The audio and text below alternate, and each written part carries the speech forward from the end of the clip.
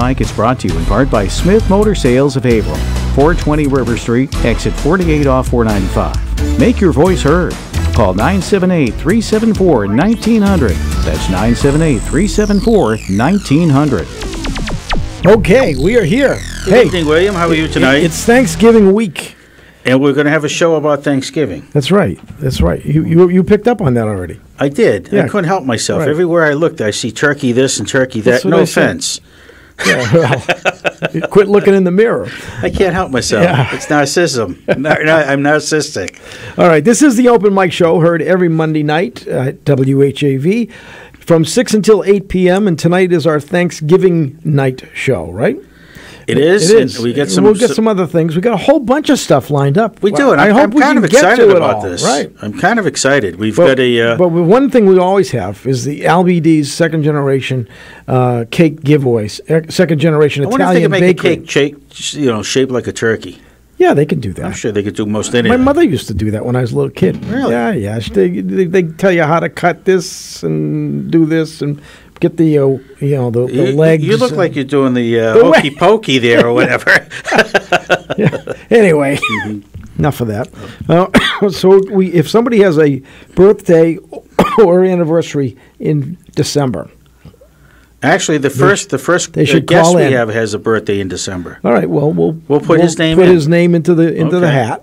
We're going to draw out of the hat on the last Monday of November, and we will pick out a winner for the cake or anniversary cake that comes from LBD's second generation Italian bakery located in Bradford Square, and it's right in Bradford, Massachusetts, which is a part of Haverhill. In case anybody's just getting the lay of the land around here, just moved in.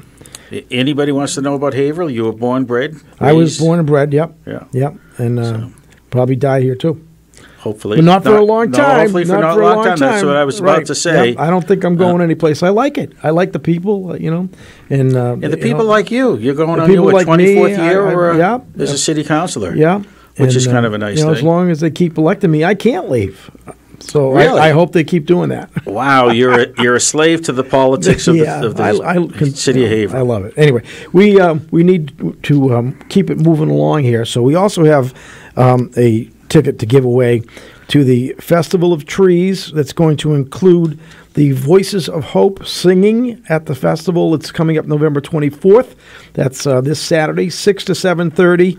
The doors open at 5 if they want to go down and see all the trees, beautiful trees all decorated down there. It's the 2018 holiday concert, and it's at the Buttonwoods in Haverhill, which is the historic museum that we have on Water Street in Haverhill.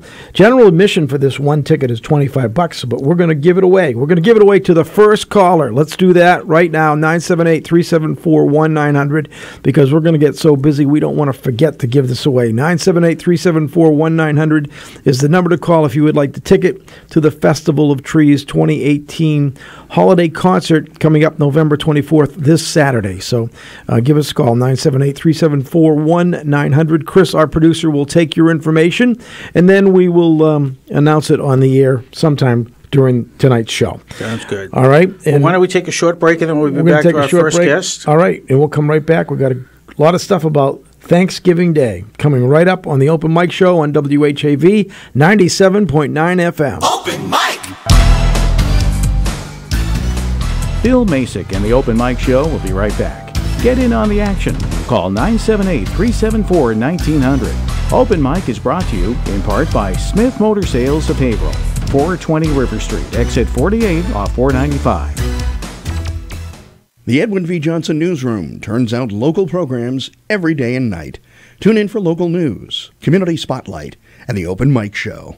97.9 WHAV is the only Haverhill-based news source. There's always more at WHAV.net. Catch the wave! When the Haverhill School Committee meets, 97.9 WHAV FM is there live from Haverhill City Hall. Class sizes, special education, teacher hiring, and spending are among the topics covered Thursday nights at 7 when the school committee is in session. Presented as a public service from 97.9 WHAV FM. Say Smith. Mercedes-Benz has for over 50 years. Smith Motor Sales of Haverhill offers new and certified pre-owned Mercedes-Benz SUVs, crossovers, sedans, and coupes. And with its state-of-the-art sales and service facility, Smith is able to offer a different kind of customer experience unlike any other. Countless reasons, one choice. Smith Motor Sales of Haverhill at 420 River Street, routes 110 and 113. There's more on the web at onlymercedes.com. Community Spotlight. Shutterbugs get snapping. All photographers are invited to submit images to the 2018 photo contest that captures the spirit of the Essex National Heritage Area or speaks to Essex Heritage's role in preserving the historic, cultural, and natural treasures of Essex County. The contest will award several prizes to winning photos in categories including Off the Beaten Path and People of Essex County. Winning images will be exhibited at the Haverhill offices of the Merrimack Valley Planning Commission, 160 Main Street, among other locations. All submissions are due by December 15th, and an entry form can be downloaded by visiting essexheritage.org/photocontest. Submit your own nonprofit events and announcements at least 3 weeks in advance. For best results, use the online form under the Contact tab at WHAV.net. In the Edwin V. Johnson Newsroom, I'm Eric Scott. WHAV Open Mic. From the Edwin V. Johnson Newsroom, 97.9 WHAV FM presents The Open Mic Show with Bill Macek.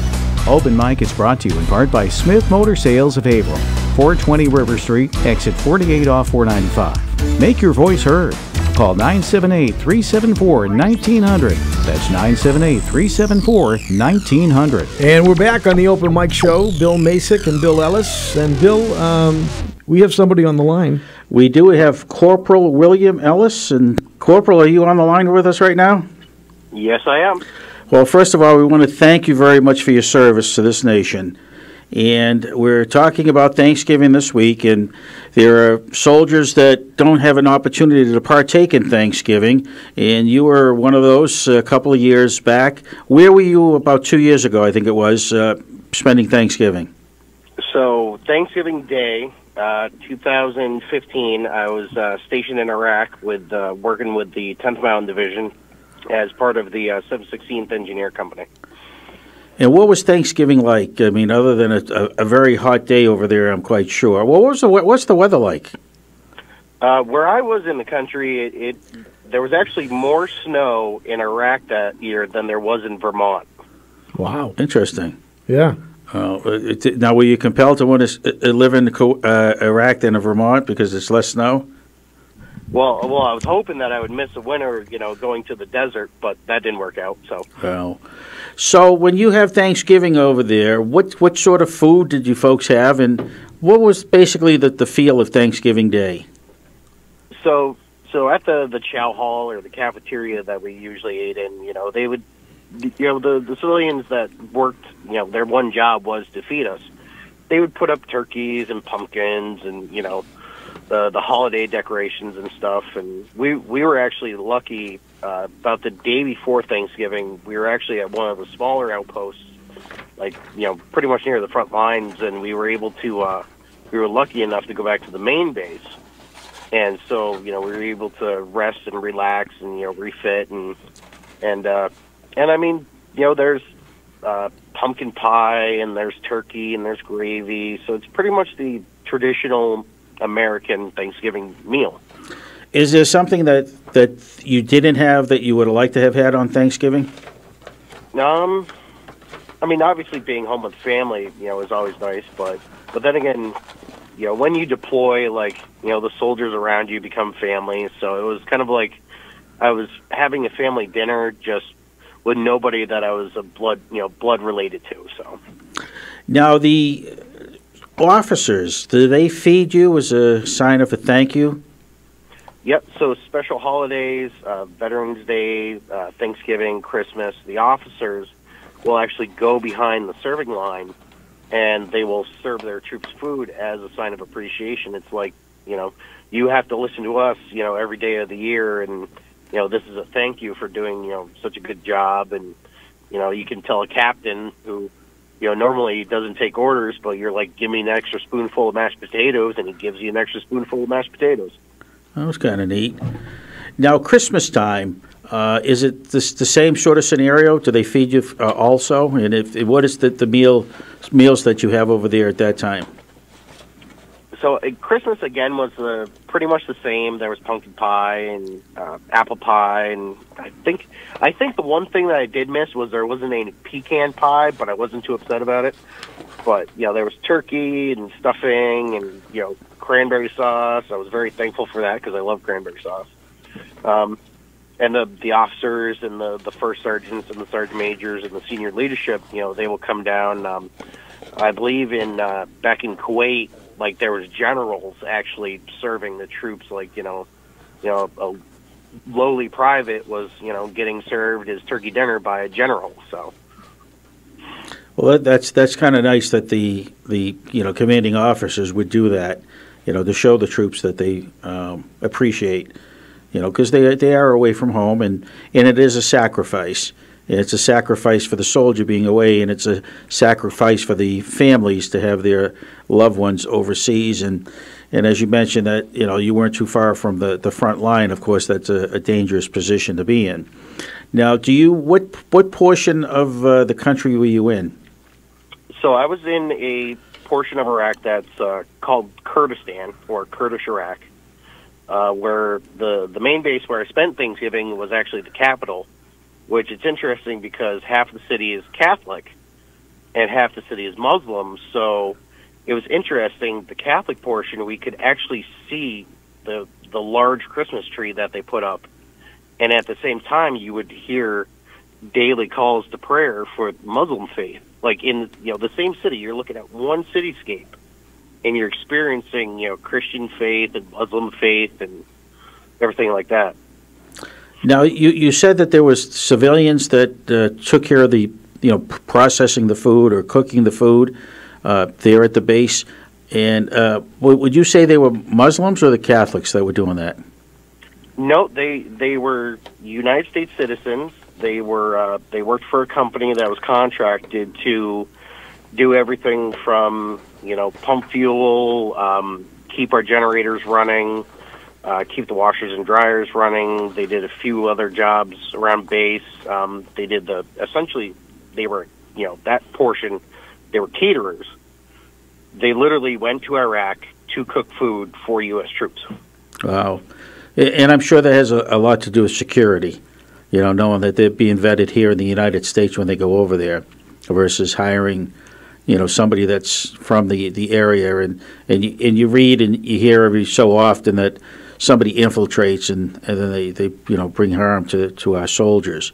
Now, when you were over there, was there anything that would remind you of the Western world, or were you allowed to watch TV? So for a little while, internet was, you had to go wait, for a computer.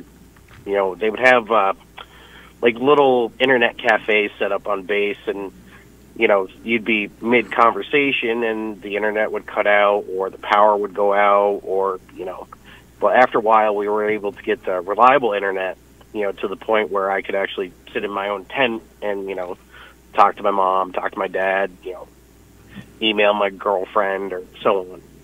Are you ahead or behind time-wise? And how many hours? Do you remember? It was, I want to say it was a 10-hour difference. Well, that's considerable. Yeah. Yeah. And I believe it was behind. Okay. This is WHAV listeners. This is my son that's on the line, and I used to be able to communicate with him about 3-4 o'clock in the morning, and that would have been pretty much your afternoon, I would say, at that time when we have a chance to communicate with each other over the internet. Yeah. Yep. And I tell you, it's tough, having him been over there for that period of time, but it was also nice to be able to communicate, somewhat through the internet. The technology, yeah. And how about the censorship thing? I know that you and I, times when we communicated, we basically had to communicate in a code that we created for ourselves. Did they tell you that you should say certain things when you're speaking to people back home? obvious, yes. So there's something in the military called operational security, which is you don't want to say how many American troops are there, how many planes, how many tanks. You don't want to give the opposition, any information that they can use against U.S. or coalition forces. So, for like the longest time, I didn't actually tell people that I was in Iraq because, if they found out my unit, then they found out that I was there, then they could, just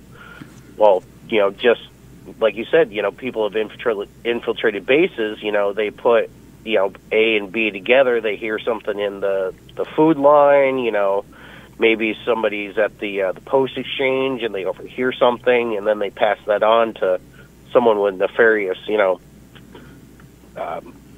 wants to cause harm to U.S. troops and coalition troops, and then, me saying, oh, I'm in Iraq, I'm okay, could turn into, hurting me or one of my friends or somebody else.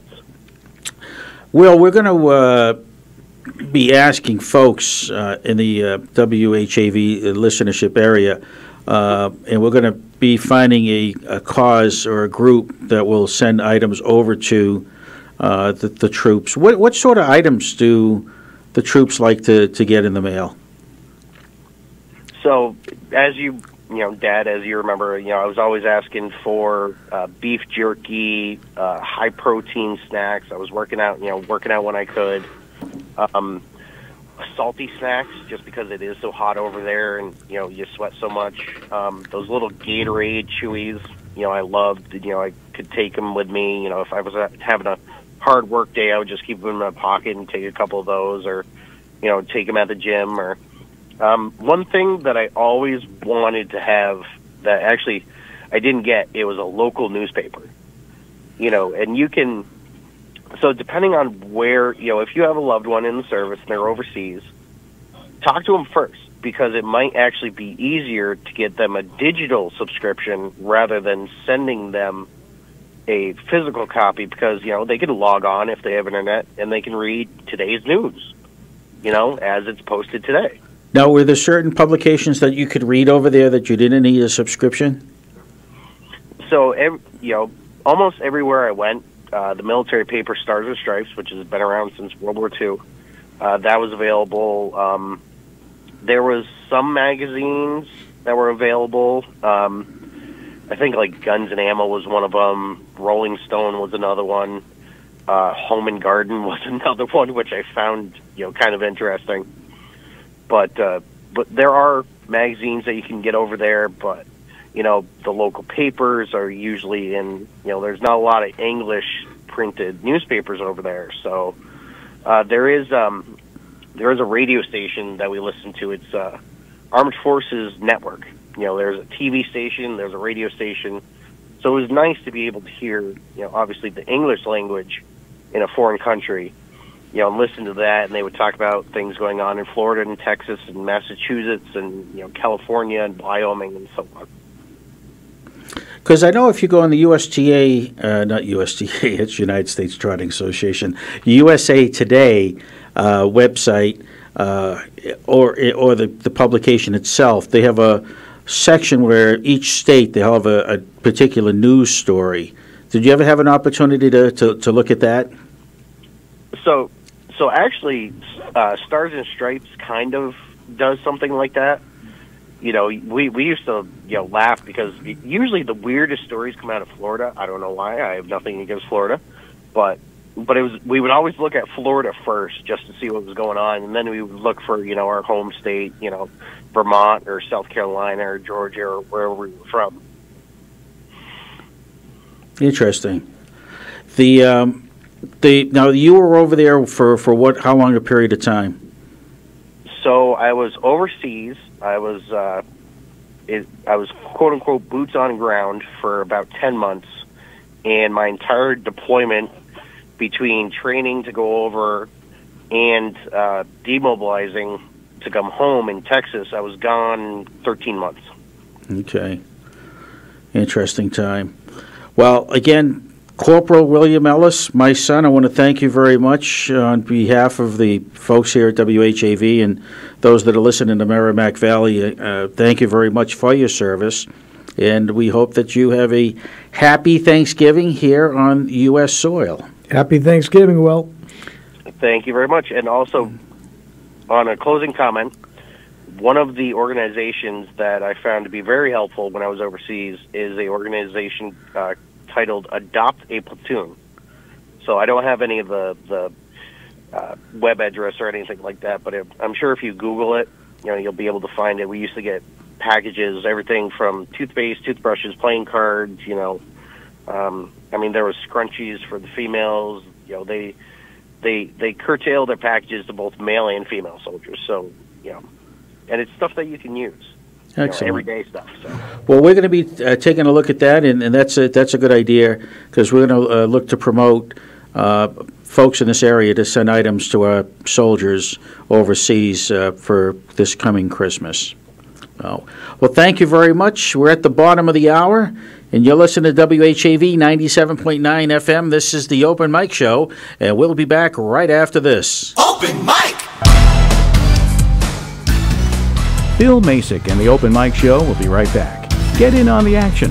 Call 978-374-1900. Open Mic is brought to you in part by Smith Motor Sales of Haverhill, 420 River Street, exit 48 off 495.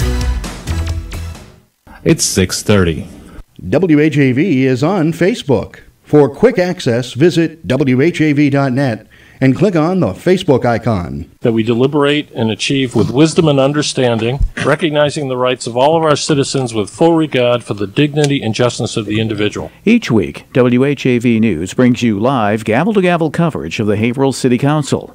Listen to 97.9 WHAV FM each Tuesday night at 7 when the City Council is in session from the Theodore A. Pelosi Jr. City Council Chambers in City Hall. Presented as a public service from 97.9 WHAV FM. Say Smith. Mercedes-Benz has for over 50 years. Smith Motor Sales of Haverhill offers new and certified pre-owned Mercedes-Benz SUVs, crossovers, sedans, and coupes. And with its state-of-the-art sales and service facility, Smith is able to offer a different kind of customer experience unlike any other. Countless reasons, one choice.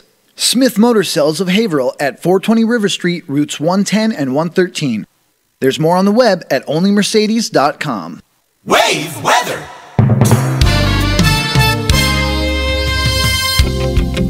Here's your wave weather forecast for Haverhill in the Merrimack Valley.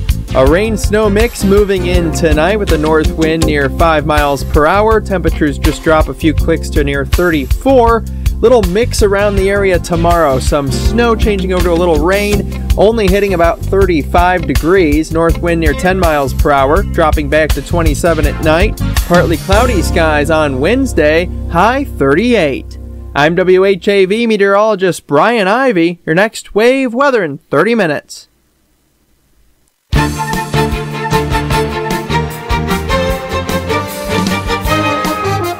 Catch the wave, WHAV, Open Mic. From the Edwin V. Johnson Newsroom, 97.9 WHAV FM presents The Open Mic Show with Bill Macek. Open Mic is brought to you in part by Smith Motor Sales of Haverhill, 420 River Street, exit 48 off 495. Make your voice heard. Call 978-374-1900. That's 978-374-1900.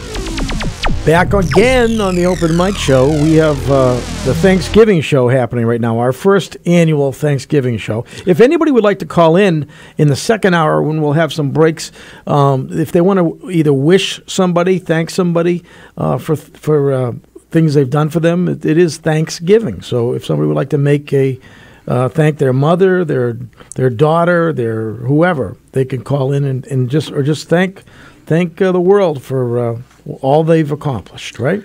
Yes, that would be nice because that's what it's all about. Yes, absolutely. Well, Billy, giving thanks. Our next guest her name is Lee Filson, and she is the descendant. I know. To 8. I love it. Pilgrims. Isn't that fantastic? Pilgrims. Lee, are you on the line? I'm on the line. Well, good evening and welcome to WHAV here in Haverhill, Mass. Now, where are you located? Are you in Louisiana? I actually used to be, and I know that my area code still says that, but I'm in the middle of moving to Plymouth. Plymouth, getting close to the rock. Yeah, getting back to the homeland. The landing stone. Now, what prompted you to come back towards Massachusetts?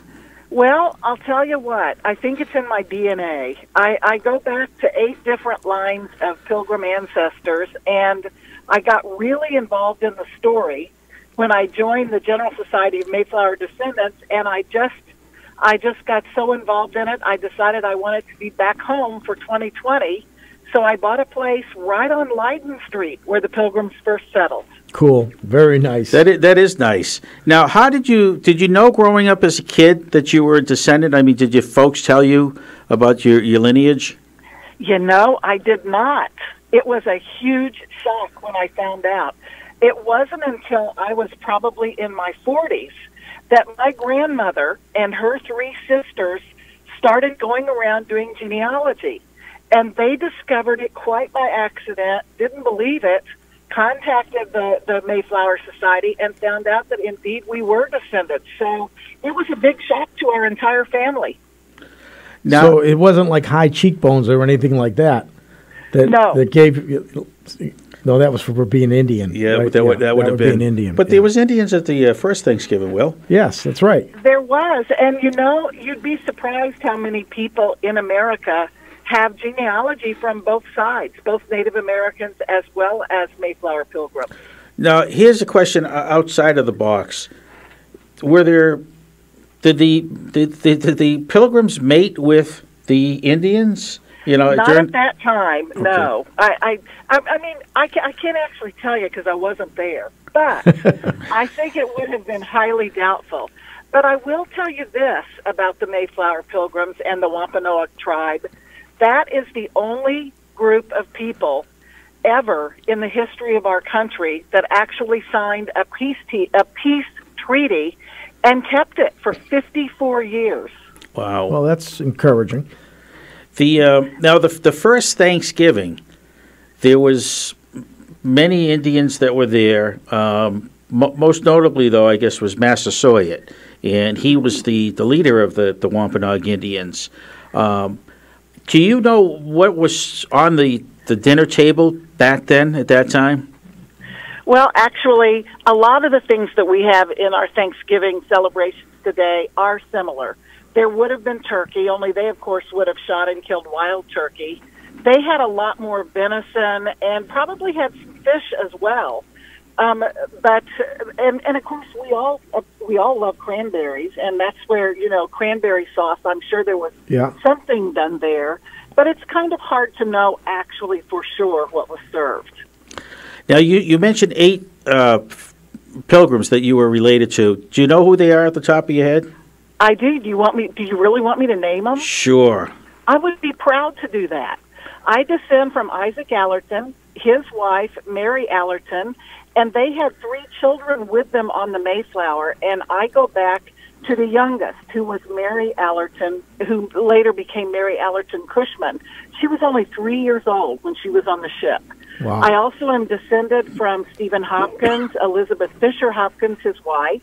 My line goes back to Edward Doty and Francis Cook and Deggery Priest.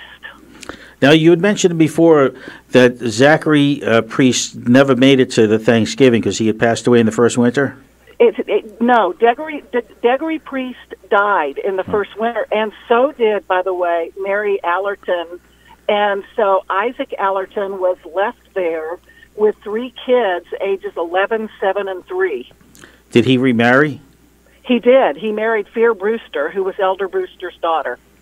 Oh, interesting. That's great. Well, they didn't have too many to choose from because there was. And that's why that's why all of us probably have so many lines. It just goes to different grandparents, but they did intermarry quite often because as people passed away, they would. And remember that out of 102 people that came across on the Mayflower that were part of the Mayflower passenger list, half of them, 51 of them, died in that first winter.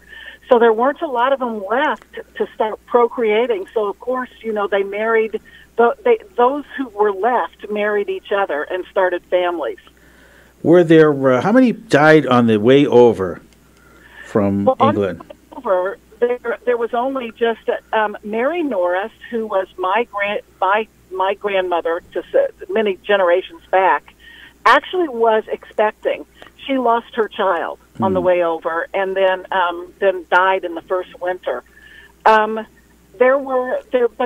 Dorothy Bradford, who was William Bradford's wife, died when she fell overboard. Oh my God! But not a lot of people died coming over. Wow. The number was much larger of those who died after they arrived into the bitter cold winter and got sick, and it was a tough time for everybody, I'm sure. Do you know how they got to know the Indians and how they broke bread together at Thanksgiving? Match.com. What happened was that, of course, the Native Americans, I'm sure, kept a very close watch on everything that was happening. I am certain that they probably watched from afar when the Pilgrims first got there. But this was very different than anything they had seen before, because this is the only group that came over with full families and families intact with children and all of that. And so it started out after they had settled and been there for a while. One of them just simply walked right into the village and started speaking English to them, which really surprised everybody. How did the Indian learn English? Oh, gosh, because remember that the Pilgrims were not the very first people to come to America. A lot of fishing expeditions were done there regularly. All of the boats and crews, though, that came before were there for commerce and to fish and to get fur and all of that.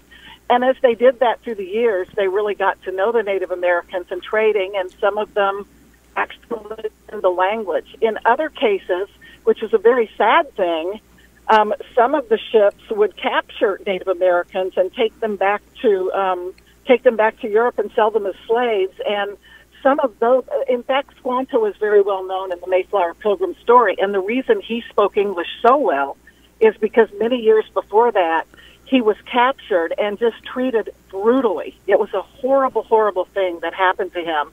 But he was smart enough to survive it, and he eventually was coming back on a ship and actually escaped from the ship and made it back. And he had come back to Plymouth, which at that time was the village of Pawtuxet as he knew it. But when he got back, every single one of the people in his village had died from a disease, and they were no longer there. Wow. But so when Squanto came and started helping the Mayflower Pilgrims and taught them how to plant seeds and actually lived in the village with them, you gotta feel that he probably also did it in a way because that was his home for so long before he was captured, and he didn't make his way back for over 20 years. Now, the disease that those folks died from, was it disease that was brought over by the Pilgrims? Most like, oh, you mean the Native Americans Yes. died of them? No, it probably was a disease brought by Europeans, but that particular tribe died there and left there, and that site had been abandoned for many years by the time the Mayflower Pilgrims got there. Expand on this a little bit. When was the first conflict between the Native Americans and the settlers from Europe? Are you familiar with any of that at all? I don't, I'm sure there were many. I think we lost her. We may have lost her. Hello, Lee. Can you hear us? Why don't we take a break and hopefully we can reconnect and get some more information right after we take a pause for the cause on WHAV's Open Mic Show right here at 97.9 FM. Open Mic! Bill Macek and the Open Mic Show will be right back. Get in on the action. Call 978-374-1900. Open Mic is brought to you in part by Smith Motor Sales of Haverhill, 420 River Street, exit 48 off 495. For more in-depth coverage of the news, visit WHAV's website at whav.net. Paul Ryan, HHS class of 1971. And Tommy Morgan, HHS class of 2013, are good sports. They're on 97.9 WHAV FM every Wednesday night from 6 to 8. Ryan and Morgan talk about local high school sports, the Patriots, Red Sox, Bruins, Celtics, and more. You can join in with your calls. Good Sports is sponsored in part by attorney Gerard LaFlamme, Ideal Frame, Brian S. Dempsey Insurance Agency, Levitt's Auto and Truck, and the Chicken Connection. Good Sports every Wednesday night at 6 on the Wave 97.9 WHAV FM. Say Smith. Mercedes-Benz has for over 50 years. Smith Motor Sales of Haverhill offers new and certified pre-owned Mercedes-Benz SUVs, crossovers, sedans, and coupes. And with its state-of-the-art sales and service facility, Smith is able to offer a different kind of customer experience unlike any other. Countless reasons, one choice. Smith Motor Sales of Haverhill at 420 River Street, routes 110 and 113. There's more on the web at onlymercedes.com. WHAV Open Mic. From the Edwin V. Johnson Newsroom, 97.9 WHAV FM presents The Open Mic Show with Bill Macek. Open Mic is brought to you in part by Smith Motor Sales of Haverhill, 420 River Street, exit 48 off 495. Make your voice heard. Call 978-374-1900. That's 978-374-1900. And we are back on the Open Mic Show, and we're going to go back to our guests. We had lost our telephone connection, but we are back. We're back on the line with Lee Filson. She is a descendant to 8 various pilgrims, and I think this is exciting. So, Lee, I was asking you before we lost the connection, do you know when there was the first conflict occurred between the Native Americans and the Europeans? Well, I don't know exactly. I'm sure that there were conflicts throughout time from the very beginning of when Europeans started arriving on the shores. But as far as the Mayflower Pilgrims and the Wampanoag tribe, or any of the other Native Americans for that matter, that didn't happen until after that 54 years. After about 54 years, the grandsons of the very people who had signed the peace treaty, Carver and Massasoit's grandson and Carver on the Pilgrim side, the grandsons are the ones that actually declared war. But you have to remember, things had really, really changed by that time. By that time, the Winthrop fleet had landed in Boston, in the bay there, and they had come over with warships, literally, to literally conquer and take land and all of that. There tons and tons of conflicts started erupting all over the place, and it carried over to Plymouth. And those pilgrims that were still alive at the time, if you read William Bradford's of Plymouth Plantation, he talks about how sad he is, and he really feels that he's failed with the colony. Little did he know that the compact would influence our Constitution and that their story would go on forever. He really thought they had failed because everything was kind of going to the devil and everybody was fighting and all of that started. So it's pretty interesting, but I'm very, very sad for what happened between Native Americans and those who settled here. But I'm also proud that both sides, even though they had to be tense and they had to be afraid of each other and they had to be very suspect of each other, were able to hold that peace for 54 years. I remember reading about Metacomet, and he was affectionately called King Philip. Yeah. And it was the King Philip Wars. And he had a disdain for the settlers and actually wiped out quite a few of them, going from here down towards like Kingston, Plymouth area. And he actually tried to recruit the Mohawk Indians into going up against the settlers. But the Mohawk was not interested in fighting the settlers because they were getting along with them. And then Metacomet staged an attack to make it look like the settlers were attacking the Mohawks, and the Mohawks caught wind that it was actually Metacomet's people that were provoking the fight. And then Metacomet came back this way And he actually, I think he met his demise in a swamp someplace in Rhode Island. I think they chased him all the way there and put an end to him.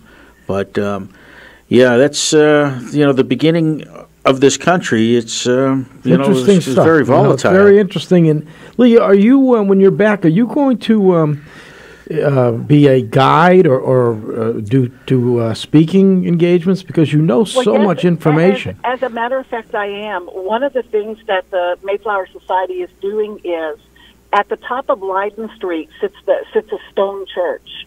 And it's the fifth structure that has been there, and it was literally built as a memorial to the Pilgrims. But the congregation that has always worshipped there has fallen to 50, and the place has really fallen into ill repair. So the General Society is taking over that building, and we're raising about $8 to $10 million to bring it back to the beautiful place that it was when it was first built. That's very significant to us because it sits on the very land where the Pilgrims Meeting House stood.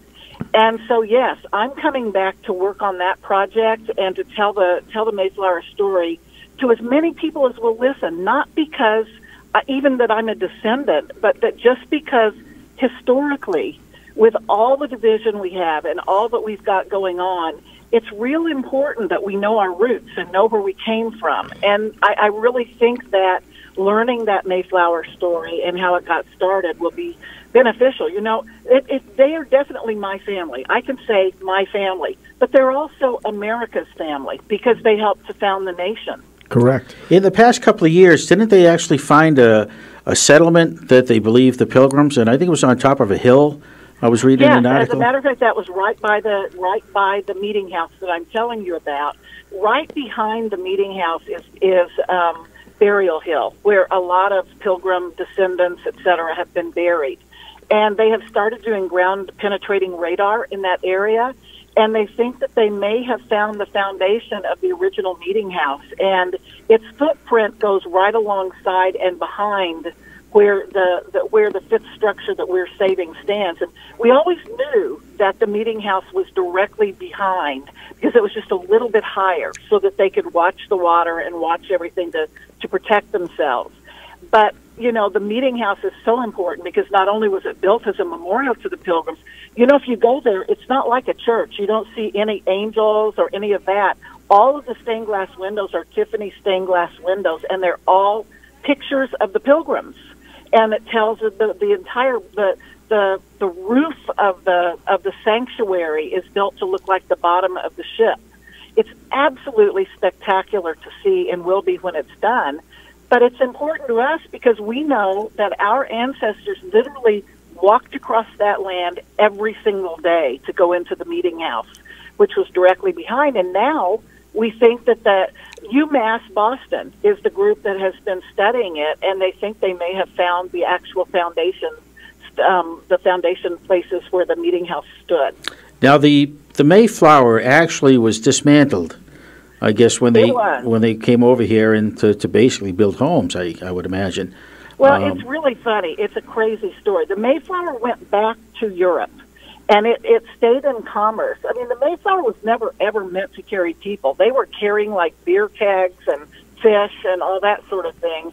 It was nothing but just a ship to move goods for many years. And so the Pilgrims were lucky enough to get it. It did go back, and it did make a few more trips around the area. But there's about 12 different legends. When you go to Europe to go and follow the Mayflower path and see where all of the Mayflower Pilgrims were, one guy will say that the timbers in his barn were made from the Mayflower, and another guy will say, no, this tavern has got things from the Mayflower. There are even people here that say that there are timbers from the Mayflower in the Plymouth area, but the truth of the matter is nobody knows. You know, it's kind of like the story when you hear George Washington slept here. Right. Well, all the places, you wonder how George Washington ever functioned because he was always sleeping. He was always sleeping. I know. Moving around, sleeping. So right. That's this is really interesting because when the Pilgrims came over, wasn't there another ship that started out with them but had to return? There was. It was called the Speedwell, and they were going to travel side by side, and the Pilgrims had planned to use the Speedwell to go out and fish and to use it to help make enough money to pay back for their voyage over. But the speedwell kept getting leaks. They started out twice and had to go back twice because of the leaks, and finally they determined that it just wasn't seaworthy enough to make it all the way there. So it turned back, and a good portion of the pilgrims that were on the speedwell then crowded into the Mayflower, making it even more unlivable and putting people just literally side by side on the ship in order to get on over. And then a small group of them also turned back. Now, what was the religion of the pilgrims that came over? The pilgrims they were called separatists. A lot of people call the pilgrims Puritans, but that's kind of incorrect. Even though that they were part of what was called a Puritan movement, they actually were not Puritans. Puritans were much, much more conservative and much stricter. The Mayflower Pilgrims were separatists, and they were very, very proud of their English heritage, but they didn't feel that the king should be allowed to tell them how to worship. They wanted to worship in their own way. They also didn't believe in having heads of church. They felt that the church comes from within, and that all of them together that were members of their own church could lead the church and speak their mind, etc. And so they could not agree with that. And we think, we look at it today and think, oh, big deal. What's the big deal with all that? But the truth of the matter is, because the separatists started these movements, the king literally started persecuting them. And when they would find groups of separatists, they would burn their houses down, or they would jail them, and in some cases murder them. So the separatists tried twice. The Mayflower Pilgrims, as we know them, tried twice to escape and were caught. Some of them were jailed. They destroyed their homes. They gave up everything. But they finally were able to escape and make their way to Holland. And they went to Leiden. First they went to Amsterdam and stayed for a little while. Didn't like it that much. It was really big. So they moved about 20 miles or 20 minutes away to Leiden, Holland. And they all settled in Leiden, Holland. And they lived there for about 12 years. And in the last 4 years they were there, they began to plan how to go to America. There were a couple of reasons they decided to leave Holland. Number one, they were just laborers there and never could find meaningful jobs. Number two, all of their kids were becoming too much like the Netherlands and like Holland, and they didn't want them to lose their English roots, or they didn't want them to become children of another country. They wanted them to stay English. And then the third reason was because they were worried that Spain was going to declare war and that they would have to go through the same type of persecution in Holland. So for all those reasons, and because they were just a little bit crazy, who would possibly climb on a ship with all those people and sail for 60 days and then end up in a place where there's nothing but woods and have to start from scratch and build? But they just decided that if they started their own new life, that they could then be their own, be the captain of their own lives, and that's what they did. When they got to Provincetown, they anchored, and that's where they wrote the compact, because they realized that in addition to the saints, which they called themselves, there were strangers, and the strangers were all the crew members, etc. And they were afraid because they had landed in a place they, didn't recognize, and it wasn't part of the Virginia patent that they had signed up for, because the ship had gone off course. They were afraid the crew members were going to mutiny on them and that they could all end up dying. So they basically wrote the compact just for survival purposes, so that they would all agree that they would govern together and work things out together. And from there, here we are. Now, you said they stopped in Provincetown. How come Provincetown isn't have the same distinction as the Plymouth does? They should. They truly should, because that is where the compact was signed. But I think the reason is because once they got into Plymouth Harbor and settled there and lived there, and the colony then became a part of the Massachusetts Bay Colony later, and it grew and grew, I just think that sometimes the story gets forgotten. But Provincetown is a very, very, very important part of the Mayflower story. Now, did they stop in Provincetown because they were in search of supplies?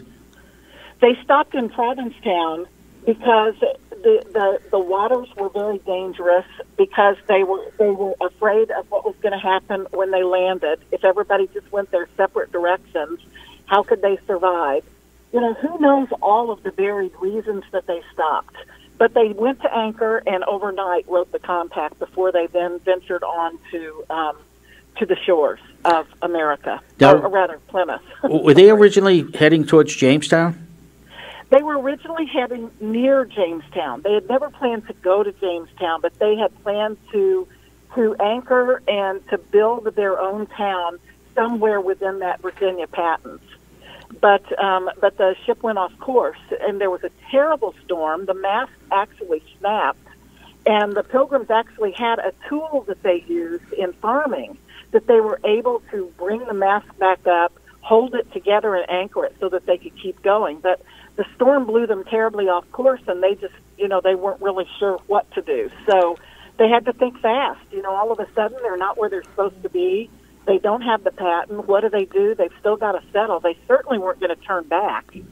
Well, you've been great, and we're running out of time, so we have to stop you there. But maybe we can have you back again with more information. You can't find this, I'm sure, in a regular kid's textbook. No, it's not. But it's great information. Well, what's funny, Lee, is I've traveled throughout the United States, and people ask where you're from. You say Massachusetts, and they make a face, and they go, "Oh, Massachusetts." And my comeback to them is always this: of all the states the Pilgrims could have chosen to live, they chose Massachusetts. That's right. You got that right. That's right. I'm with you 100%. Well, thank you very much. Thank you very much. Happy Thanksgiving to you and your family. Happy Thanksgiving to you as well, and thanks so much. It's an honor to be talking to you guys. Been a pleasure. Thank you very much. Thank you, Lee. All right.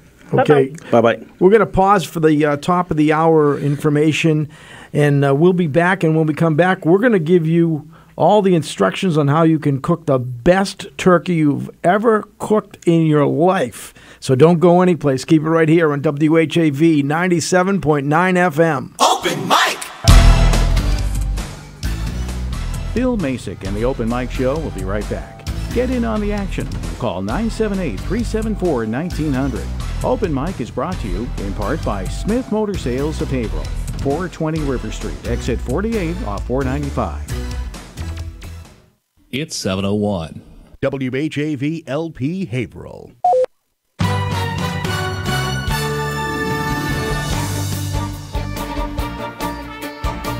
Here's what's happening in local news. More money is on the way for Haverhill Public Schools to further the district-wide effort to get all students reading at grade level by the conclusion of third grade. At Thursday's school committee meeting, Superintendent Margaret Murata said the school system got $89,000 in grant money to support literacy-related professional development at area schools. Funds will be shared between Bartlett, Bradford Elementary, Crowell, Golden Hill, Hunking, Silver Hill, Tilton, and Walnut Square, Murata said. And that money will include some professional development for teachers, where we'll have an expert and consultant come in and support us during the school day in looking at our curriculum and the curriculum implementation, so that we won't be pulling teachers out of class. We'll be able to go in and support during the school day. An expert consultant to pour over curriculum isn't the only way Haverhill is promoting early literacy. Several local leaders, including State Rep Andy Vargas and school pediatrician Dr. John Macek, have created Haverhill Promise, a cross-sector collaborative that encourages reading proficiency for all students citywide.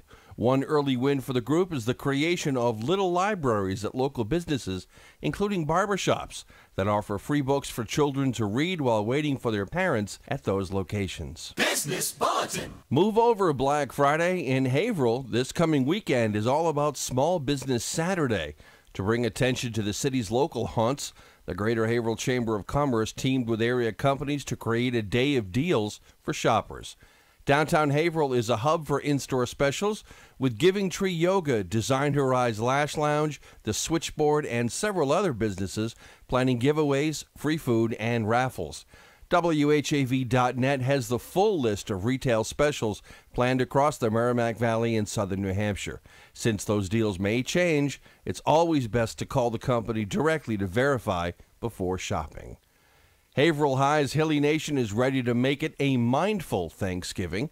As part of an initiative started by the Students Against Destructive Decisions Club, Several students have taken a pledge to be more present while spending the holiday out of class and at home with the family.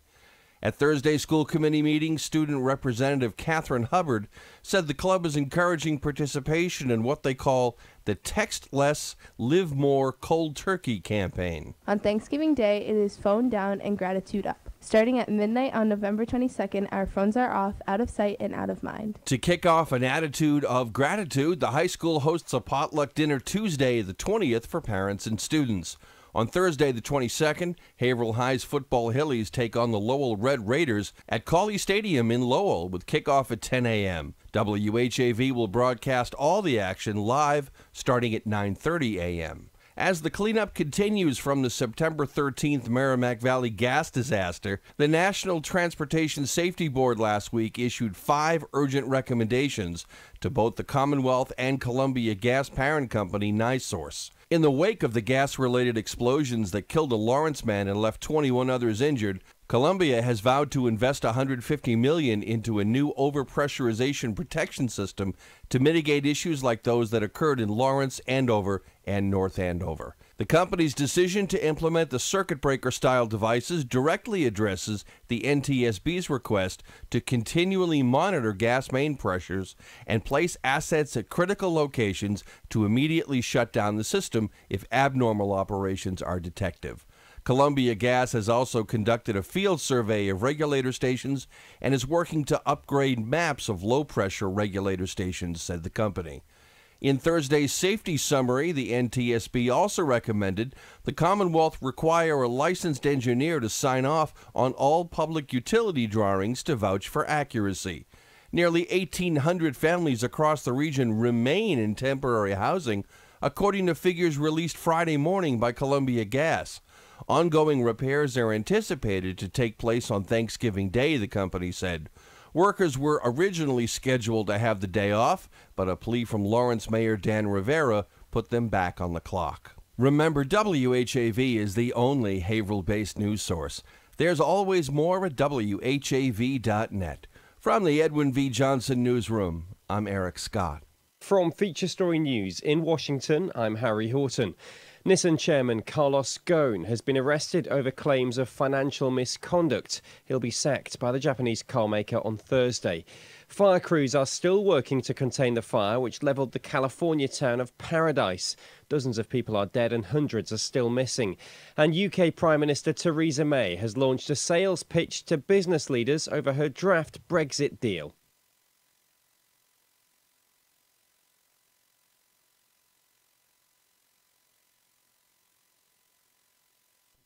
Wave weather.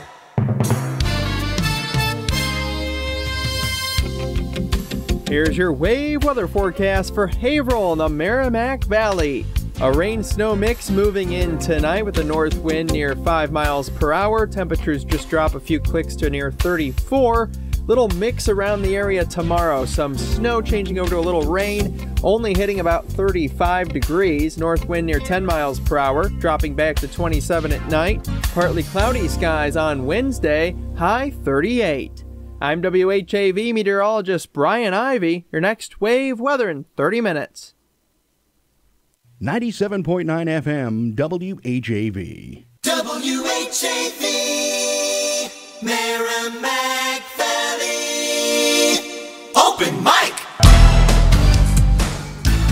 From the Edwin V. Johnson Newsroom, 97.9 WHAV FM presents The Open Mic Show with Bill Macek.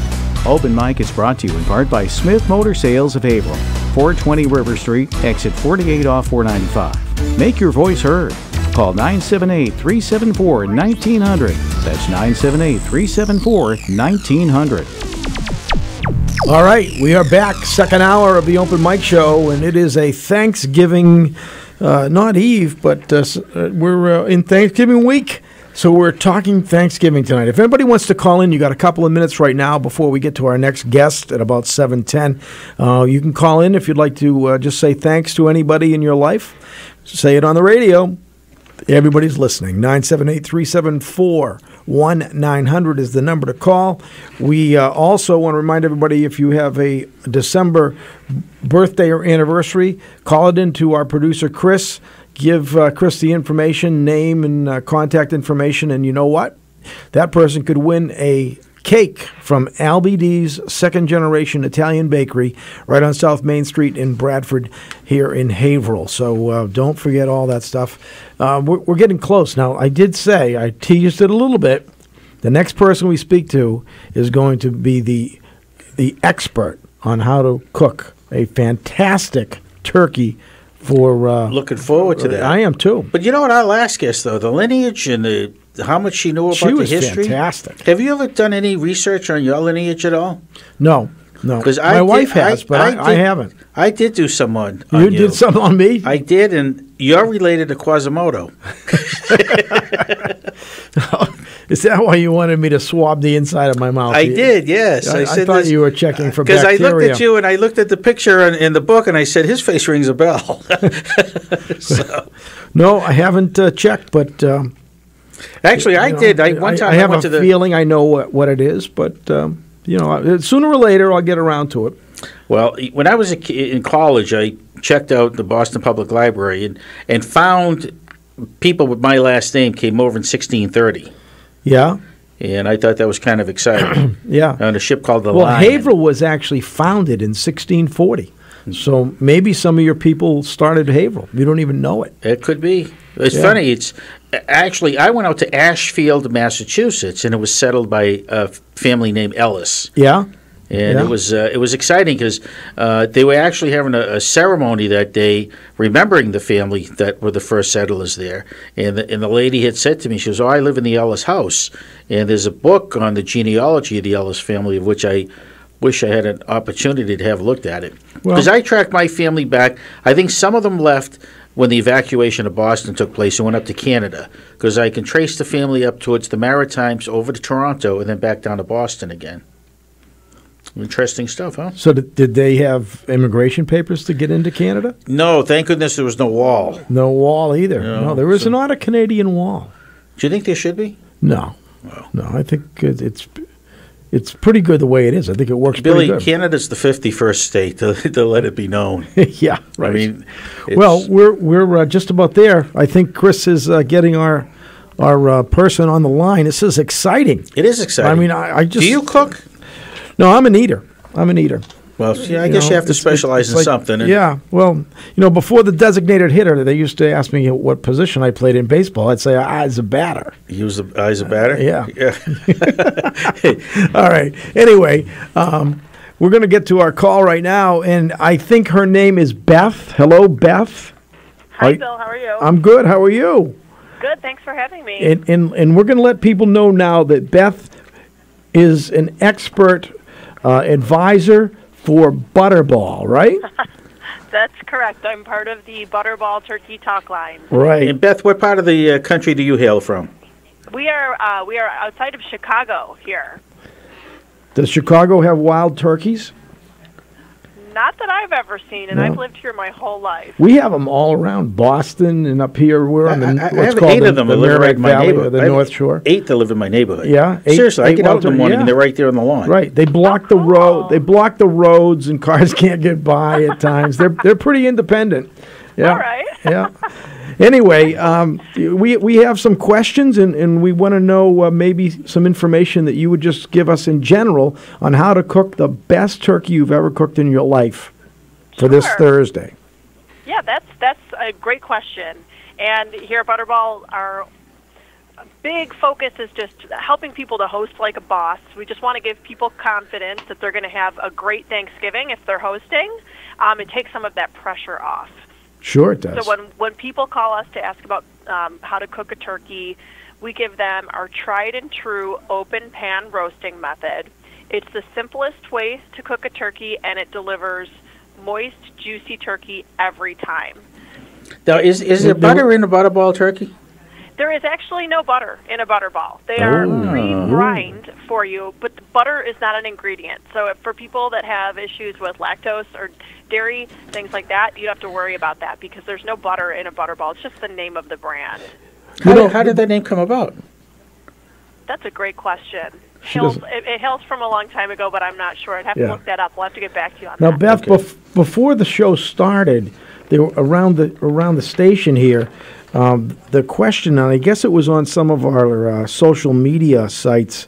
The big question of today, at least in this neck of the woods, is: do you know how to cook a turkey in a microwave? Oh, I knew that was coming.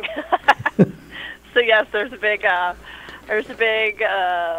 thing going around this year on how to microwave a turkey, and more specifically, a 25-pound turkey. Can you get one in a microwave? Can you find a microwave big enough for that?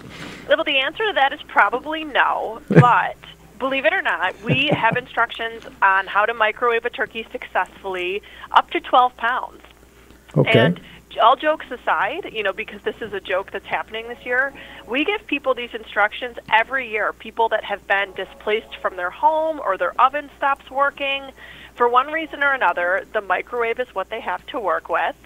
And so we help them through it. As long as the turkey is 12 pounds or less and fits in the microwave, if you call 1-800-Butterball, we will help you get that turkey cooked in your microwave. Now, can you do it with or without stuffing, either way? Without stuffing. No for this stuffing. one. Yeah, No. it's a food safety thing. I love and stuffing, so though. without stuffing is better. Well, you put the stuffing in afterwards, right? You prepare it. Yeah, you could just cook your stuffing alongside And you it. clean out all the innards and stuff before you put it in? I guess you'd have to You do just that. get rid of those. I told you. Take out the neck and the giblets, as you would if you were roasting your turkey. My cat loved those. My cat loved really? the inside. Oh, yeah. Yeah. My cat used to eat peas also. Yeah. She was, God bless you. She's not with us anymore. Loved but Thanksgiving. She did. She very much loved Thanksgiving. Yeah. Well, so wait, give us a little more information then about how to cook the traditional pan-roasted turkey. Sure. So the traditional open pan roasting method is in an open pan, hence the name, in the oven. You cook your turkey at 325 degrees Fahrenheit for the whole time. So no starting at a high temperature and cooking it for a half an hour and then reducing it. What if you forget to lower the temperature? That is something that happens. It's just like the same temperature throughout the cooking. There's no need to baste your turkey. Basting doesn't actually accomplish anything. When you really? squeeze up Wow. juices and you baste it back onto the turkey, think about the turkey skin as a raincoat. Those juices just roll right back off of the turkey into the bottom of the pan. They don't penetrate into the meat at all. And then effectively what you've done is opened the oven door and allowed a lot of the heat to escape, and you've just prolonged your cooking time. So is it so many minutes per pound? We use a little bit of a different scale at Butterball, and we have a time range that's associated with the weight range of a turkey. We are very, very big on having people use a meat thermometer to check for the doneness of their turkey, because that's the absolute best way to figure out when your turkey is fully cooked and fully safe to eat without overcooking it, so it'll be moist and juicy. Interesting. So no basting. So just remember this, Bill. Yeah. Baste makes waste. Baste makes waste, yeah. That's right. Beth, That's right. what You're about- wasting energy. Now, what about in the traditional pan method, with stuffing inside or without? And do you have recommendations for time each way? Yes. You Great do. question. We have timetables for both stuffed and unstuffed, and that is an absolute personal preference. I personally stuff the turkey every year. It's how my mom did it. It's how I like it. And we can help people to do that in a way that's totally safe. You won't have to worry about anybody getting sick, and both the turkey and the stuffing will be delicious. Now, what kind of stuffing do you use? Me personally, I'm like a bread, an apple, and onion stuffing person. I don't put any extra meat. Some people like sausage, some people like oysters. There's so many different ways to do it, and we help people with all kinds of calls like that here at the talk line as well. Now, but me personally, I'm a basic. So it's 1-800-Butterball, right? It's 1-800-Butterball. We Yeah. also this year have a new way for people to reach us. We have a new skill on Alexa. So if you have an Alexa-enabled device in your home, which a lot of people are using in the kitchen these Right. days, because you don't have to, it's hands-free, you don't have to touch anything. Yeah. All you have to do is say, Alexa, ask Butterball, and ask your question, and it will open up the skill, and we can talk to you straight in your kitchen. Wow. Isn't that kind of interesting? It is. That Alexa is fantastic. You know what? I've been trying to teach it to give me what the Powerball numbers are. but I never get the ones coming up. Yeah. Now, you being from the Chicago area, I mean, Chicago is known for the stockyards and so forth. Any way do you guys try to get meats involved in the turkey itself? Because I'm going to take a guess. If you're in the Midwest, in the Chicago area, there's a good chance you're Polish. I am not. I am of Irish descent myself. But we do get people, again, with the stuffing. A lot of times, everybody's family has a different stuffing recipe. And we do get a lot of people that want to incorporate different meats and things like that into their stuffings. The best way to do that, the safest way to do that, is to cook all of the meat on its own before building your stuffing, putting all your stuffing together, and then putting that into the turkey. So you should never put raw meat into your stuffing and then put the stuffing in the turkey, because that meat will it will take so long to cook through that your turkey itself would be really overcooked by the time the stuffing was done. What's the most elaborate turkey that you've ever prepared or ever heard of anybody prepared? You know, we talk to people a lot about spatchcocking their turkey, and that's when you actually cut the turkey down the breastbone and flatten it so that it butterflies out. And the big selling point to doing your turkey this way is it decreases the cooking time by half. So a lot of people want to do this on a grill. So we'll talk people through how to, get the turkey cut appropriately, and then the times for the grill, so that they can prepare their turkeys that way. That's one of the more difficult preparations we talk people through. Now, if you split it, could basting be advantageous at that time? Well, this is a way that I don't think so, because the open skin would be so minor, and also the opening would not be at the top. I don't think it would help you at all. Now, do you have sage at all in your stuffing? I do, yes. Mm-hmm. It's funny. It's like a very popular Thanksgiving flavor. Well, my father, God rest his soul, would always be very critical of my mother at Thanksgiving, and he'd be there, Kay, there's too much sage, or Kay, there's not enough sage, and one Thanksgiving, he said, Kay, there's too much sage, and she goes, I didn't put any in there. That's really cute. Just to catch him. How about other things that go with the turkey? Does Butterball offer online any of the other potatoes and gravy, and how to make all those great things? Yes, absolutely. If you visit our website, butterball.com, we have recipes for all kinds of sides, the potatoes, the stuffing, the gravy. We get lots of questions about how to make gravy. So all of those things are on butterball.com. We actually also have an app for both Android and iPhone that people can download if they want to be able to look at things on their Now, are you there till Christmas, or are you there all the time? Or we are here, yes, we are going to be here open until December 24th, so Christmas Eve. So for any holiday turkey cooking, we'll be here. And what are your hours? The hours are going to vary a little bit. Okay. Tonight we're here until 9 p.m. Central Standard Time, because we're in Chicago. Yeah. Tomorrow night, same thing, 9. Wednesday we'll be here till 10.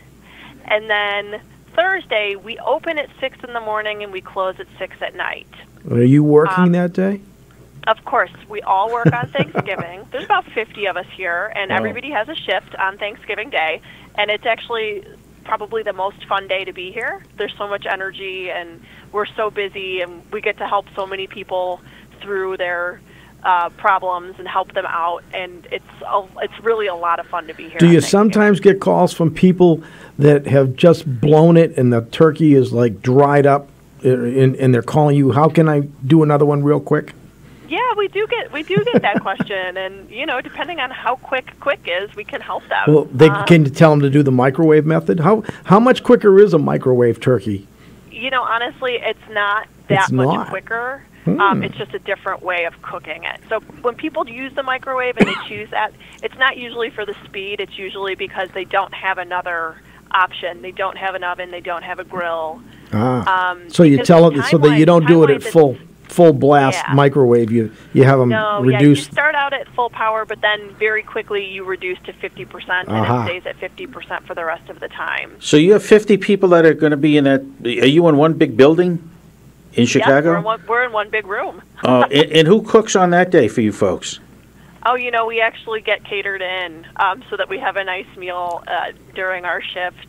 And then most of us are able to go be with our families for part of the day as well. That's so nice. It works out really nice. Now, the catered meal, are you girls critical? Did you say they should have prepared it this way or that way? Not at all. No. Not at all. Mostly we're just all happy to be together and to be able to talk to so many people. Isn't that nice? It's like a Hallmark movie. Yeah. It kind of is. Now, let me ask you a question. How many years have you been doing this? This is my 6th season, so my 6th year with Butterball. Now, and I believe it or not, I'm on the very low end of the range. We have people who have been here for more than 30 years. Wow. And the average tenure of people at the talk line is 10 years or more, and so there's just so much experience in the room. It's really, we love to get the difficult calls and be able to converse with each other and talk out problems on our end so that we can help people at home. It's kind of neat the way you said it. The average tenure is 10 years. I didn't notice that, but you're right. But let me ask you a question. Now, all the folks that have worked there, you ever have any famous people call up and ask? I mean, does Martha Stewart ever call you guys? That's what I'm curious. I don't know that anybody's ever spoken to Martha, but we have gotten to do some things with some fun people in the past. Stephen Colbert took some calls for us one year, and that was very fun. But I don't know of anybody answering a call from somebody famous. I'll have to ask my colleagues about that. Yeah, good. That would be interesting. Now, do they serve Butterball at the White House? I don't know. Do they actually serve it? Because I know that each year at Thanksgiving, doesn't the president pardon 2 turkeys? At least, I believe he does, yes. Yeah. In the Alexa app that we have, the Alexa skill, there's some fun little facts that people can find. Like if you say, Alexa, ask Butterball for a pep talk, it will give you a pep talk to rev you up for cooking. One of the things you can say is, Alexa, ask Butterball for a fun turkey fact. And one of the things that pops up if you ask that is, how many names of pardoned turkeys can you name? And there is quite a long list of the pardoned turkeys in the Alexa skill. Now, is there really a Tom Turkey, or is that a made-up name? That is a Tom turkey is a male turkey. So that's what a Tom is. Okay. I was just curious to see if there really was somebody named Tom Turkey. Yeah. I mean, there's a lot of turkeys out there, so potentially. Well, you know, it's funny though, because about 3 weeks ago, the turkeys were out on the lawn, and I said, "Which one of you is named Tom?" And one of them popped his head up and started making a strange sound. Just one. Which I thought was a curse. That was probably Tom. Did you get a sense that Tom was the ringleader? Yeah. I think so. Yeah. Now, do you have any turkey trivia questions or that you can ask us that you know about that would be fun for some of the listeners who will be able to pop their guest on Thanksgiving? That's another thing that we have in the Alexa skill, and I'm trying to recall what they... Now, when do you start doing the live phones? What time when in the year? September, October? We open on November 1st. November 1st, okay. Yeah, and at the beginning of the month, the hours are a little more limited because there's not as many people calling. Right. And then the closer to Thanksgiving we get, we're here for a longer period of time. You're online, and your Alexa, is that year-round? The Alexa will be year-round, yeah. Yeah, and online is also for recipes and those kind of things. Have you ever used an Alexa, Will? My son has an Alexa at his house, so I've actually seen it operate. I've never actually said, Alexa, what is this? Or I'm how do I telling cook a you, turkey? you would enjoy it. The reason being is I've played music games on it, and what it does is it pits you with somebody else in the country. They'll say, you're going up against Joanne in San Diego. Do you have one? I do have one, well, yes. maybe you can bring it in some night. We can play with it. We could do that, sure. Yeah. The other thing we're talking to Beth right now, though. I understand that. I'm just we have a guest on the phone, and you're talking to me.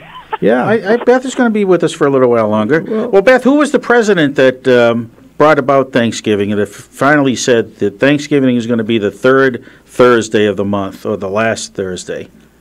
I don't know. Who was it? It was Abraham Lincoln. It was Abraham Lincoln. Yeah, and you know what? There was the woman that actually pushed for Thanksgiving. Her last name was Hale, and she wrote letters to Zachary Taylor, Millett Fillmore, Franklin Pierce, and James Buchanan. But it was Abraham Lincoln that did declare Thanksgiving a national holiday.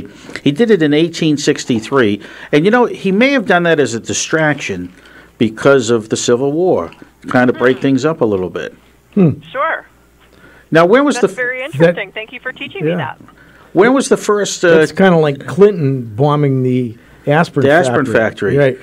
Now here you want to get into politics, Billy, like this. This is the negative stuff. You take the attention off of something else. I know right? that's what happens. Yeah. They all say that those things happen. Now when was the first year though that the turkeys got pardoned? I wonder. I don't know. You're the one that did all the research. I didn't do all the research. It's too bad you didn't bring your Alexa. We could ask her. Yeah, but then if you had the Alexa, you wouldn't need me anymore, Billy. I'm going to go out and buy one. Then I'd be out of a job. I'm going to get one tonight. Yeah, that would be good. Thanks for the vote of confidence, Will. So how long have you lived in Chicago? You native to Chicago? I am from here, yes. And you say that proudly? I am. Born and raised. Love it here. Well, Beautiful city. Have you ever been to the Northeast? I have. It's gorgeous there as well. It's just very different vibe, you know. Are you getting that real cold weather now? Yeah, it's freezing. I know it's coming. But it makes it, it's like the perfect time of year to cook and cozy up with your family, and that's for me. This is what Thanksgiving feels like. But it's cold here, yeah. Be super cold on Thanksgiving here. I think your cold is moving our way. It's always cold in Chicago. That's all right. I won't blame you, but Mother Nature. I'm not happy with her weather forecast. Now, let me ask you a question. When did they rebuild the city? Because I remember as a kid there was a song, "The Eggplant That Ate Chicago." I don't think that was a real story, Bill. Oh, that was a fake song? That was just a song. You know what? I got to learn about this stuff. Yeah. Did you ever hear that, caller? Yeah, I mean, Beth, you ever hear that song? The what that ate the eggplant that ate Chicago. Do you remember the song, Billy? Heard that. Yeah, I don't think that's a thing. You better watch out for the eggplant that ate Chicago. And you know, it's funny because the Bears did beat the Patriots many years ago. It was in 1986 or 70s. Was that the last time? Yeah. Well, you guys get a pretty good football team this year. So, which I did watch them last night. I think they were on. So I think our producer has the song. Beth, do you have the song on? Oh, he doesn't have the song. He's he's telling putting us at his to- watch. he's telling Beth, us can you hold for a break? We want to talk to you a little bit more when we come back at the bottom of the hour. Can you stay on? Sure. Okay, great. We'll be right back on the Open Mic Show on WHAV 97.9 FM. Bill Macek and the Open Mic Show will be right back. Get in on the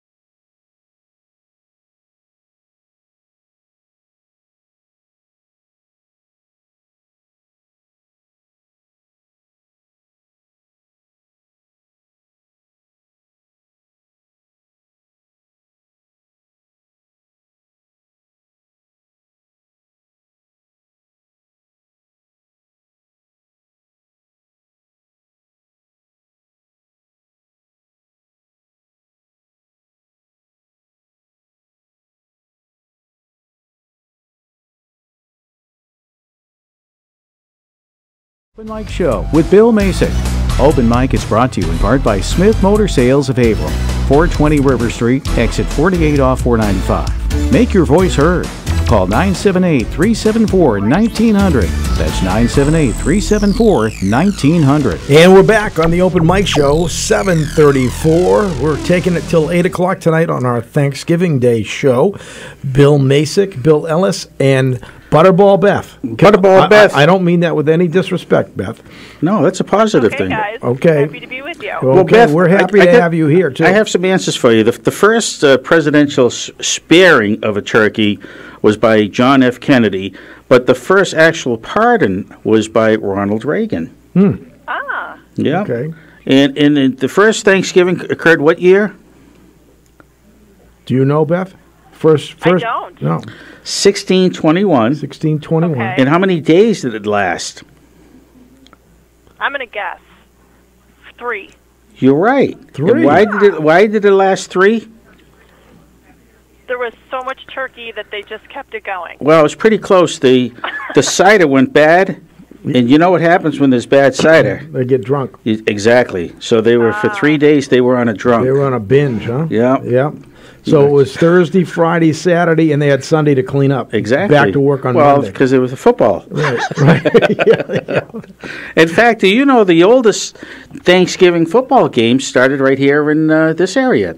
I think the oldest high school is Wellesley and Needham, and I think the oldest football for college may be Harvard and Yale. I could be wrong in that, but all that started right up in this neck of the woods. This is where it all began, you know, Beth. That's why you should be moving out here.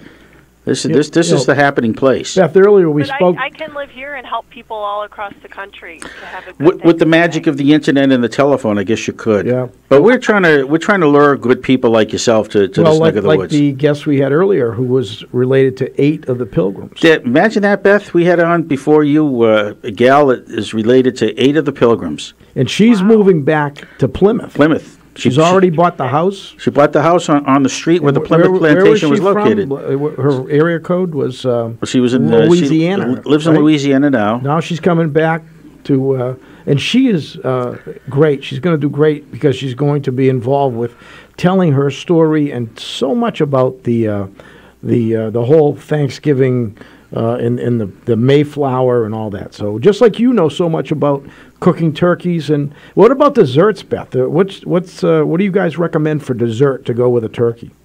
Well, you know, pie is definitely the traditional dessert. And if you go to butterball.com or if you use our app for Android and iPhone, there's tons of great dessert recipes, too. Maybe Wow. things people haven't thought about before. Cranberries often find their way into Thanksgiving desserts.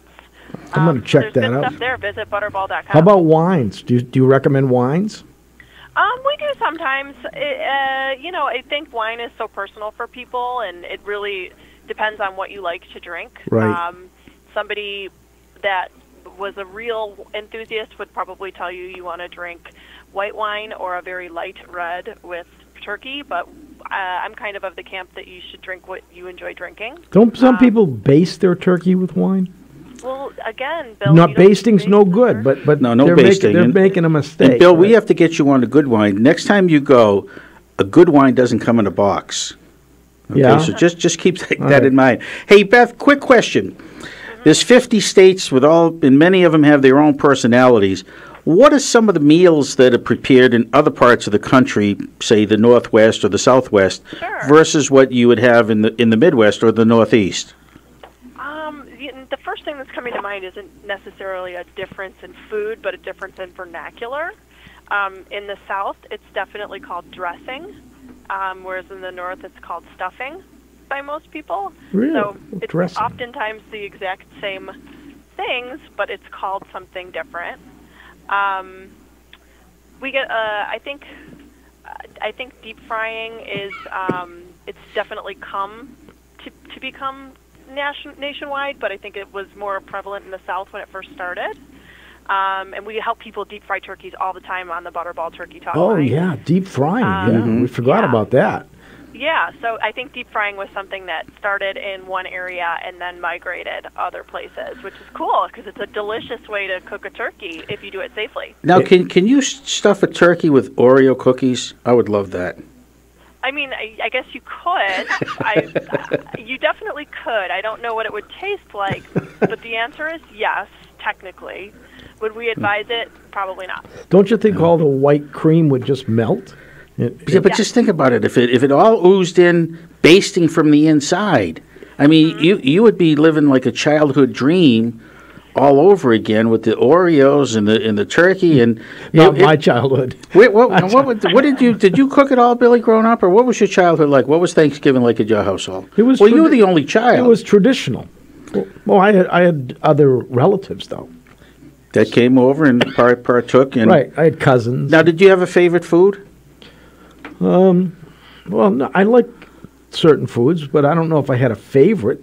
Turkey. I always liked turkey. Turkey's good. Turkey is delicious. Yeah. You like the celery and put the cream cheese on it, and yeah, we had that. Yeah. And then you like the olives and all the stuff that's ahead of time. Yeah. You know what? Actually, Beth, is the turkey afterwards. The sandwiches you make. The leftover turkey. Yeah. Yeah. Yeah, we have tons and tons of ideas for leftovers on Butterball.com too. Oh, great. Casseroles, soups, sandwiches, sandwich ideas, like really great ways to turn your leftover turkey into something completely new and different.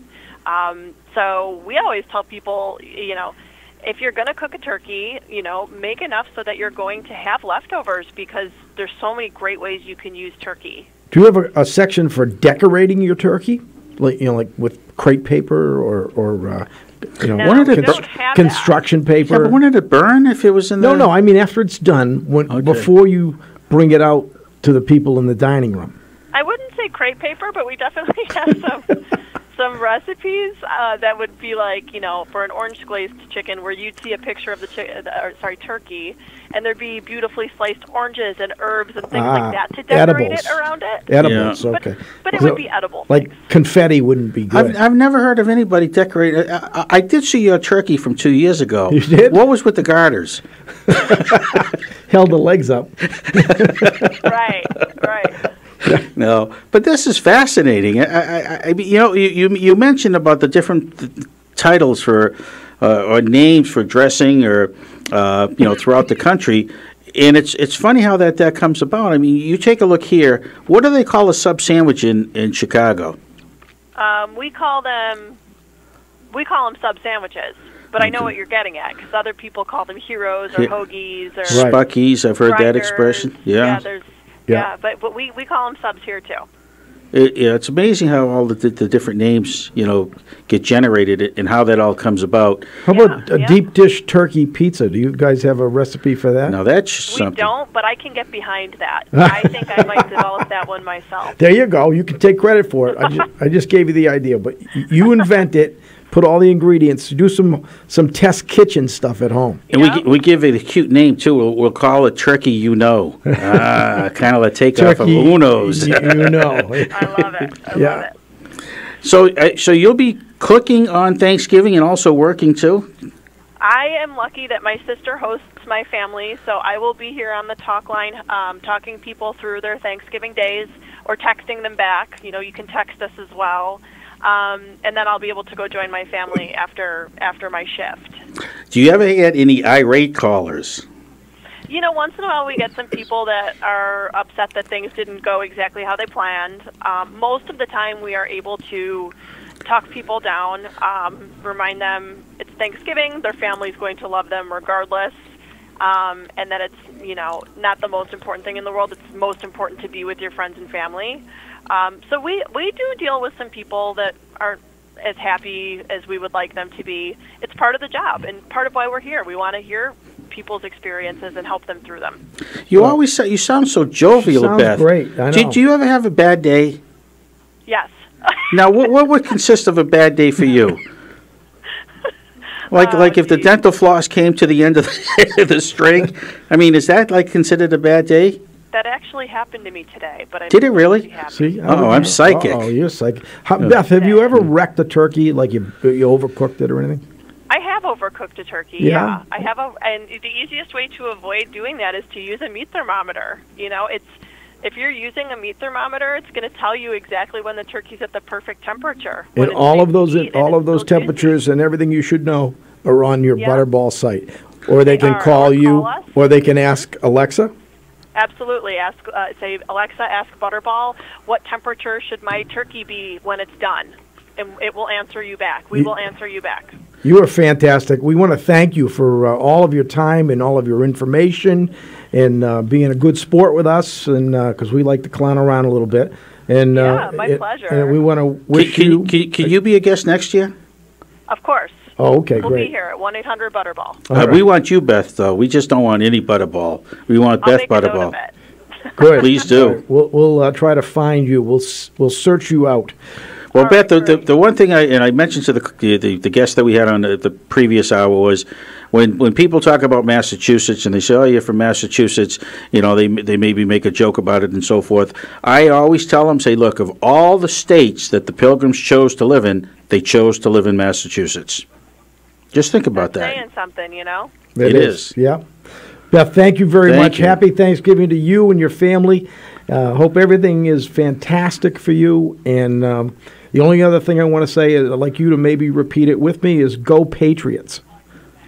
Do you know how to say that? Go Patriots. I can't do that, but I can wish that all of your listeners have a happy Thanksgiving and everybody go out there and host like a boss. Thank you, Beth. All right. Have a good night. Thank you again, and happy Thanksgiving. Okay, she was great.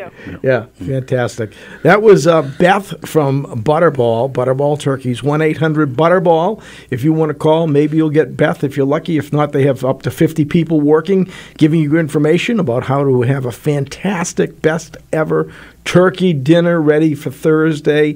And you can also get information just saying, Alexa, can you tell me, how to cook? I'm going to tell you a good Alexa story when we come back after the break. Okay, well, we're going to take a break now, and I'll just leave it at that. And also, but they're online too, so we want to make sure that people know about this resource from Butterball right here and only on WHAV's Open Mic Show on 97.9 FM.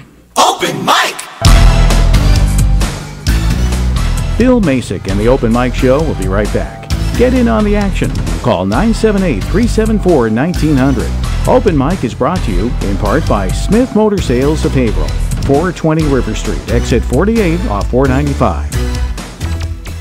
Public radio for Greater Haverhill. This is 97.9 WHAV. That we deliberate and achieve with wisdom and understanding, recognizing the rights of all of our citizens with full regard for the dignity and justice of the individual. Each week, WHAV News brings you live gavel-to-gavel coverage of the Haverhill City Council. Listen to 97.9 WHAV FM each Tuesday night at 7 when the City Council is in session from the Theodore A. Pelosi Jr. City Council Chambers in City Hall. Presented as a public service from 97.9 WHAV FM.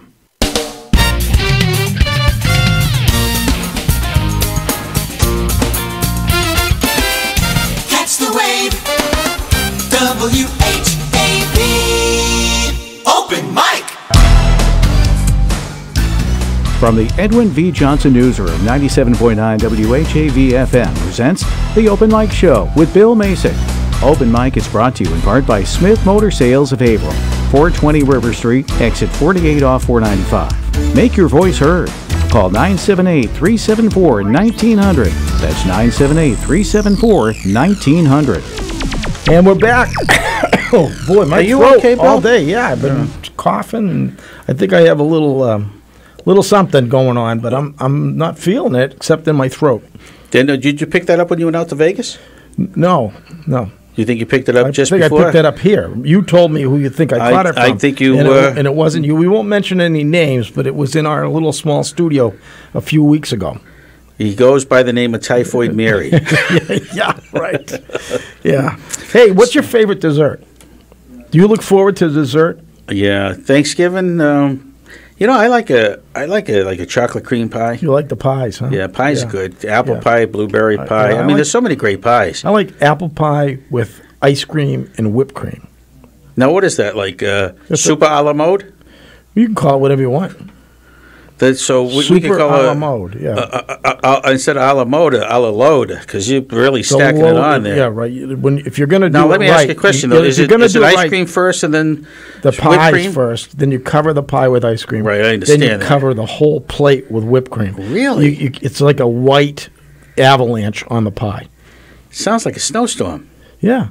Yeah. It Sounds like a heart attack. Now I get this vision. It's like something. It's like once a year. I don't do that weekly or even more often. I understand. You do watch your weight. I've noticed that about you. I'm trying. But every once in a while, it's like people that I feel bad for people that they're watching their weight, they're doing everything right, and they go out to eat and they try to also withhold. I mean, once in a while, you should, I'm out to eat. I'm going to eat bread and butter. That kind it's of like stuff. the fat guy that went to the restaurant. They handed him the menu. He looked at it and said yes. Bill, we have a call, and then I'm going to tell you an Alexa story. All right. Let's take the call right now. Hello, caller. How are you? I'm wonderful. I want to talk about my two favorite Thanksgiving things. First of all, my squirrel nuts. Every year I cook those up very nicely. What are they again? Squirrel nuts. Squirrel nuts. Yeah. How many squirrels do you catch a year? We don't have to catch any squirrels. I thought you steal them from the squirrels. Walnuts. Walnuts. Oh, I thought you were leading to something else. Yeah, you would. And my favorite dessert is pumpkin pie. Yes. Pumpkin pie. Not the canned pumpkin. Now, do you put anything on it, or do you eat it just pumpkin pie? No, I mix up. I have a special recipe I use for that. Now, do you eat pumpkin pie any other time of the year? Yeah.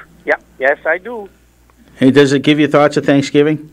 I always love Thanksgiving is my second favorite holiday. It's tied for number 2. Let me think of the first one. Sadie Hawkins Day. No, what? It's Sadie Hawkins No. Day. What's your first one? Is it Christmas or is it your birthday? No, my first one would be Halloween. Halloween, okay. Yes. That's becoming really popular. I know, right? It's very ghoulish. And my second favorite holiday would be, it's not a holiday, but it needs to be a holiday, Election Day. Election Day, right. Followed by Thanksgiving. Right. A real American holiday. Yeah. Yeah, that's fall is kind of a busy time for celebration. It is. Yeah. It's an enjoyable part of the season. Yeah.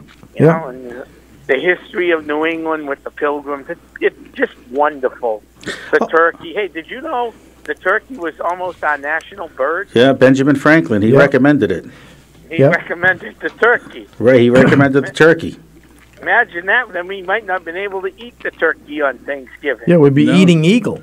That's true. Yeah. Maybe. I wonder if eagle is I don't any think good. there's enough around, though. Although, no. All right, gentlemen, I'm going to go enjoy dinner. All right. It's always great listening to your show. And thanks for calling in. Yes, thank you. And happy Thanksgiving. Happy Thanksgiving to you guys. All right. Thank you very much. Thank you. Have a good night. All right. We have one ticket left for the 2018 holiday concert at Buttonwoods. It's happening this Saturday, 6 to 7:30. It's a $25 ticket. It's for the Festival of Trees and also the Voices of Hope. There's going to be a great singing event going on. And somebody wants a ticket, we got one right here. They can call us at 978-374-1900. Be the first caller for the ticket, and it's yours. And just speak to our producer, Chris. And it's been a good night. It's been a great night. We had some great guests, and we're ready for Thanksgiving. Are you ready for Thanksgiving? I am, but I'm going to tell you the Alexa story. Oh, yeah, the Alexa story. This is how scary things are, because you talk to Alexa, and it talks back to you. It's amazing how the thing works. But they had an incident in Connecticut, and there's a guy that was, abusing this his woman, wife, yeah. right? And I think I've heard the story, but go ahead. He said to her, "Did you call the sheriff?" And she said, "No." Well, Alexa heard the command, "Call the sheriff." Right. And the sheriff shows up, and is there a problem? And the woman said, "Yeah, he's domestic abuse here." Yeah. And I heard that story. That's unbelievable. It's like kind of Big Brother's watching. Yeah. So, Well, but you would like it, though. Big sister. Big sister? Yeah, Alexa. Yeah, you can call it. You can change the names on it, though. You can? Yeah, you can. It's Echo. I think is Alexa, and you can call it, I think, Amazon. It's got, I think, 3 different names.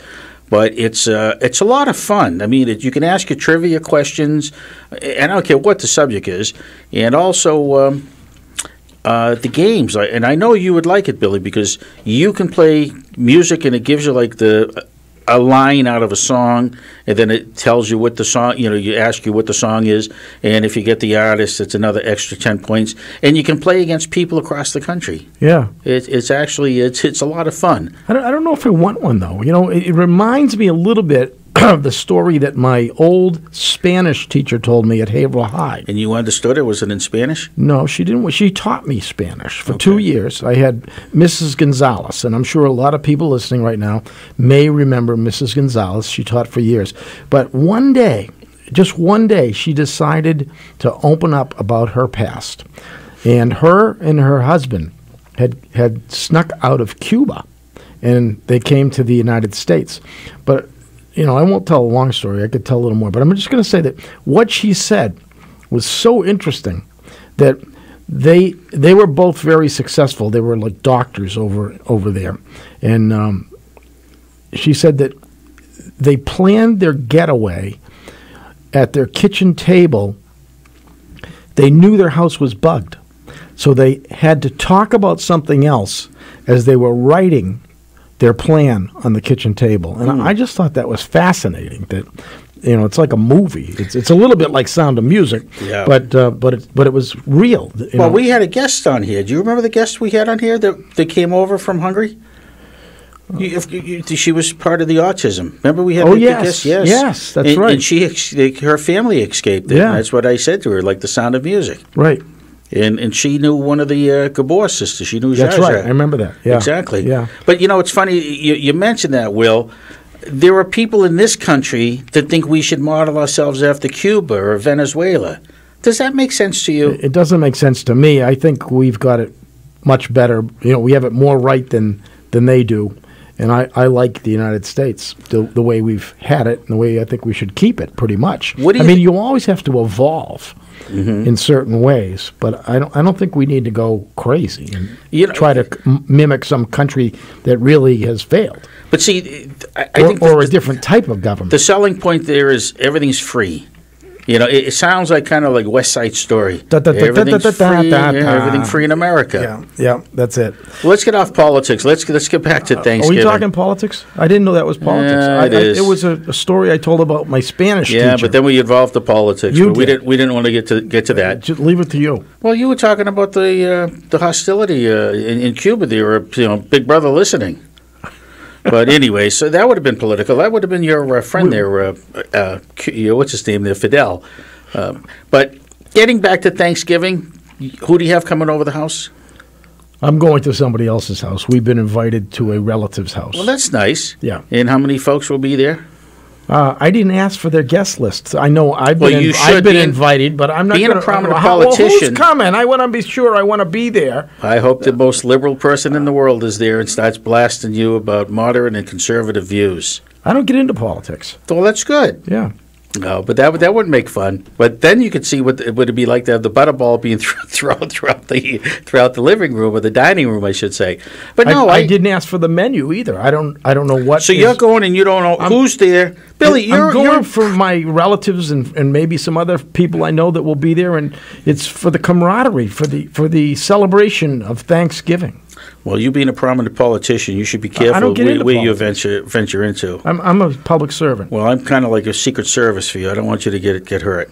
Well, whatever you do for Thanksgiving or whoever's house that you're going over to, I hope that you have a blessed and a happy Thanksgiving. So if it's foggy, you won't let me fly the helicopter over? No, Billy, you got to protect yourself. You are the future of Haverhill.